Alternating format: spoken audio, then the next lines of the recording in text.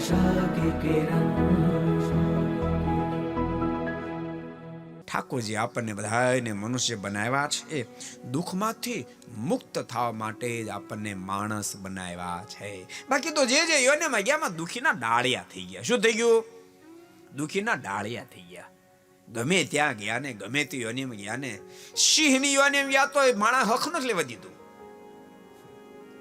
તોય પિંજરામાં પૂરી દીધા. બોલો, તોય પિંજરામાં પૂરી દીધા. ગમે ત્યાં ગયો તો દુઃખી દુઃખી દુઃખી થયો છે.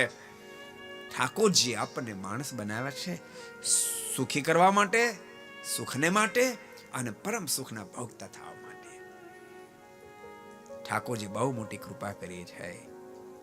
બુદ્ધિ ઇન્દ્ર મન પ્રાણાનામ જનાનામ સૃજત પ્રભુ માતરાર્થમ ચ ભવાર્થમ ચ આત્મને કલ્પનાય ચ. શા માટે ઇન્દ્રિયો અંતઃકરણ આપ્યા? શા માટે માણસ બનાવ્યા? તો કે આલોકમાં સુખને પ્રાપ્ત કરે. પણ માત્ર લોકના સુખથી અટકી જાય એમ નહીં.